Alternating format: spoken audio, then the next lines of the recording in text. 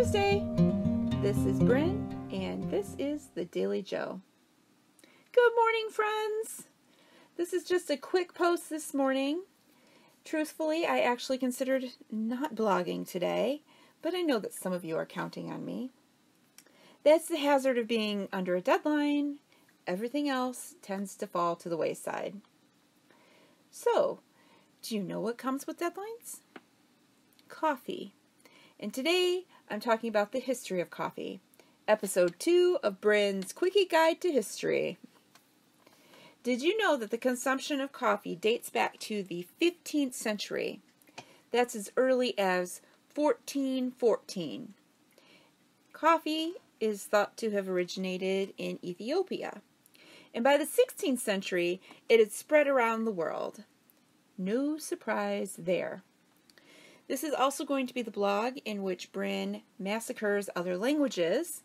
So, the word coffee entered the English language in 1582 and came from the Dutch koffie, which is Koffie, which came from the Arabic kawa, which is Qahwah. Some trace the origin of the word kawa to a type of wine that was an appetite suppressant called kaha, which is Qaha. Other trace it to the Arabic word quwwa, which is Quwwa, meaning the power or energy. Others attribute the word to the name Kaffa, Kaffa, which was a medieval kingdom in Ethiopia. In the early days, the use of coffee was associated with concentration and meditation, much like it is now to help you concentrate now. This meditation was noted to be spiritual intoxication while the people chanted God's name. And by the early 1500s, coffee houses were popping up all over Egypt and Syria and Istanbul. Just imagine, it was like medieval Starbucks. But things took a turn for the worse. Outraged and horrified by coffee's stimulating effects, the prevailing religious sects of Mecca issued a ban on coffee in 1511. I guess it just wasn't to be a Mecca of coffee. Har har. The ban was overturned in 1524. It seems pretty similar to the prohibition in the U.S. in the early 20th century.